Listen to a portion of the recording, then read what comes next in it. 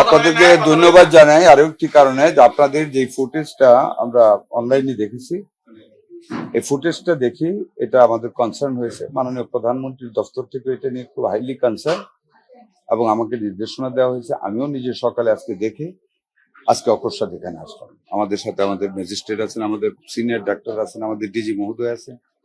আমরা দেখেছি এখানে অনেকগুলো অনিয়ম হয়েছে। একটা হলো এখানে কোনো এক্সপার্টাইজ টিম নেই ডাক্তারদের। মানে কালকে রিপোর্ট আপনারা দেখেছেন, যেটা ভিডিও অনলাইনে ফুটেজে, যে 8% ছেলেপেলেরা অপারেশন করতেছে, রোগীরা জোরে সোরে কান্নাকাটি করতেছে। যে হাইলি ইনহিউম্যান সার্ভিস এখানে দেওয়া হচ্ছে এবং এখানকার যে ম্যানেজার সে নিজেও স্বীকার করেছে যেখানে অনেক মানে অমানবিক কাজ হচ্ছে, কিন্তু প্রতিবাদ তারা করে না। দুজন ডাক্তারকে এখানে পেয়েছি, যখন এই প্রশ্নগুলি করা হয়েছে তারা রিপ্লাই মৌন তারা থেকেছে। যাই হোক, বিভিন্ন ভাবে এগুলি দালাল চক্রের মাধ্যমে হসপিটাল থেকে রোগীগুলিকে, এদের নেটওয়ার্ক অনেক বড়।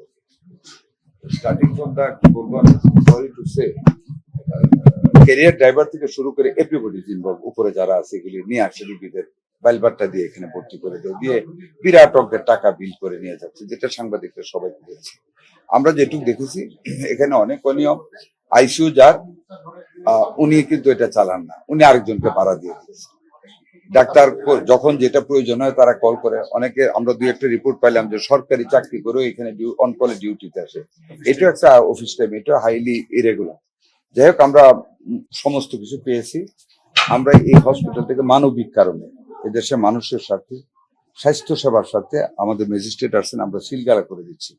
ওদের সমস্ত সম্পদ ওরা নিজেরা বুঝে রাখতেছে আমাদের কাছ থেকে, সিলগালা করেছি। পরবর্তীতে যে যে ইরেগুলারিটিস গুলি আমরা পেয়েছি প্রত্যেকটা পুঙ্খানুপুঙ্খভাবে আমরা ডাক্তারের টেকনিক্যাল টিম দিয়ে আমরা যাচাই বাছাই করে আমরা পরবর্তীতে ফাইনাল সিদ্ধান্ত নেব ক্যান্সেলেশনের ব্যাপারে, লাইসেন্স বা এখানে ইনভলভ ডাক্তারদের।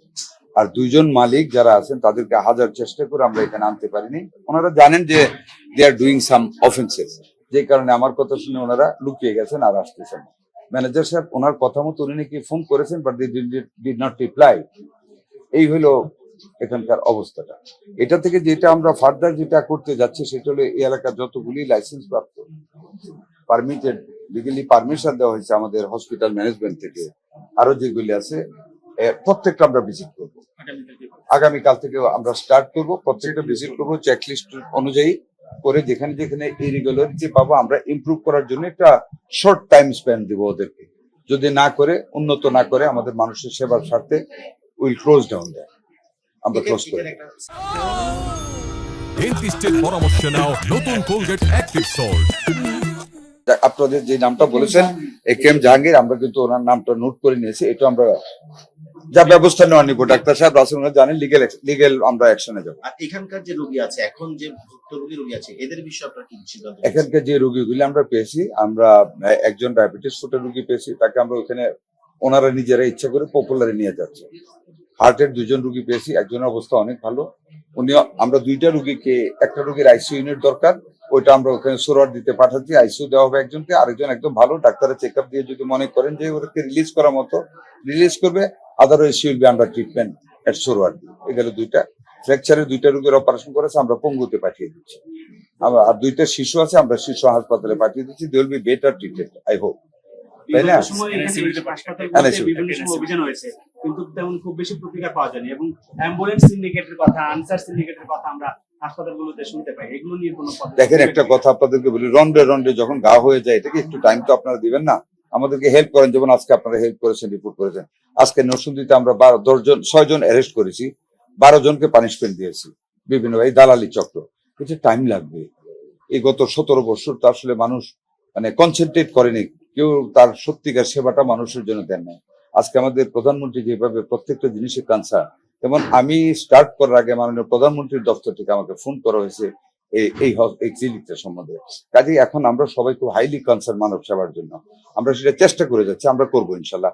কিন্তু একটা জিনিস মনে রাখবেন, পুঞ্জীভূত যে সমস্যাটা, এটাকে দূর করতে হলে আমাদেরকে একটু টাইম নেবে। জানি আমাদের মানুষের অনেক কষ্ট হবে, আমি কিন্তু কম ব্যথিত না। আজকে যা এখানে এসে দেখলাম আমার কিন্তু অনেক খারাপ লাগতেছে, বাট আমি কিভাবে আমি রাতারাতি কি করতে পারবো বলেন, চেষ্টা করে যাচ্ছি। হসপিটাল টু হসপিটাল দৌড়াচ্ছি, বিভিন্ন দালালি চক্র থেকে মানুষকে মুক্ত করার জন্য চেষ্টা করতেছি। হসপিটালের নিটনেস তো আপনারা নিশ্চয়ই স্বীকার করুন অনেক বৃদ্ধি পেয়েছে আমাদের এই টাইপের করে। ডাক্তারদের অ্যাটেন্ডেন্স সরকারি ডাক্তারদের অনেক বৃদ্ধি পেয়েছে। চেষ্টা করতেছি, আপনারা চেষ্টা করেন। আমি জানি আপনারা আমাদের পাশাপাশি থাকলে আমরা সবাই মিলে একটা কিছু করতে পারবো। আমার পক্ষ থেকে শেষ প্রশ্ন, শেষ প্রশ্ন, একজন ডাক্তার 24 ঘন্টা ডিউটি করে, এই বিষয়টা আপনারা কর্মকর্তা, মন্ত্রী বা সচিবেরা কিভাবে দেখেন? 24 ঘন্টা কি ডিউটি করা একজন মানুষের পক্ষে সম্ভব? ইম্পসিবল। 24 ঘন্টা যে লোকটা ডিউটি করবে উনি প্রপারলি ডিউটি করতে পারবেন না, কনসেন্ট্রেট করতে পারবেন না রোগীর কল্যাণে। এটা এরকম যা হয় এটা আমরা একটু বন্ধ করতে হবে। আমাদের রিথিং করতে হবে না, এটা আমাদের রিথিং করতে হবে। এটা আমাদের আরেকদিন এটা নিয়ে আলোচনা হয়েছে। আর হসপিটালগুলিতে আমি যে যা দেখেছি রোস্টার ভাগ করা আছে, অন শিফটিং ডিউটি করে, অনেকে নার্সরাও করে, আমাদের ডাক্তার সাহেব করে। যদি কোথাও 24 ঘন্টা ডিউটি কেউ থাকে, 24 ঘন্টা হতে পারে যেটা ধরেন সরকারি হাসপাতাল করে এসে আবার প্রাইভেট করে এসে, মানে জাস্ট মানে এটা কি বলবো, আমার বলার কিছু নাই। আমি সম্মান করি ডাক্তারদের, আপনারা যেতে হবে, আমাদের যেতে হবে, বাট আমরা ট্রাই করতেছি উন্নত করা এবং করবো। একটু বিশ্বাস রাখেন, মাননীয় প্রধানমন্ত্রীর নেতৃত্বে আমি এখানে আছি, আমরা সবাই মিলে আপনাদেরকে সহ এটাকে উন্নত করবো ইনশাল্লাহ, দোয়া রাখবেন। আপনি যেটা বলেছেন একটু আগে, we have taken the decision from tomorrow morning, he is our concern person, উনি ডাক্তার আমাদের ডাইরেক্টর হসপিটাল, উনি কালকে থেকে এটার অভিযান পরিচালনা হবে। তাদেরকে ফার্স্ট আমরা যেখানে যেখানে দুর্বলতা ঠিক করতে বলবো একটা টাইম দিয়ে, অত 72 ঘন্টা বা এক সপ্তাহ, এরপর যদি ঠিক না হয় উইল ক্লোজ দেম ডাউন। অন্য হাসপাতালদের জন্য কোনো বার্তা দিবেন কিনা? এই যে বার্তা আজকে তো আপনারাই তো দিবেন, বার্তা তো এখনই যাবে যে একটা সিল গালা হয়েছে এই কারণে। আর কালকে সকাল থেকে উনি ভিজিট শুরু করবেন আমাদের ডাইরেক্টর হসপিটাল, কারণ সবাই ইনশাল্লাহ পেয়ে যাবে। আর আপনারা যখন লিখবেন কালকে বড় করে, সবকিছু দেখবেন অ্যালার্ট হয়ে যাবে। আমরা তো উন্নতি চাই, কারো পানিশমেন্ট চাই না, মানুষের সেবাটা যাতে পায়। এবং সেটার জন্য কালকে থেকে যা করা ইনশাল্লাহ আমরা শুরু করবো। এই প্রাইভেট ডায়াগনস্টিক সেন্টার এইসব যেগুলি এটা যেরকম করছে, এরকম যারা করে এদের বিরুদ্ধে আমরা ড্রাস্টিক অ্যাকশনে যাবো ইনশাল্লাহ।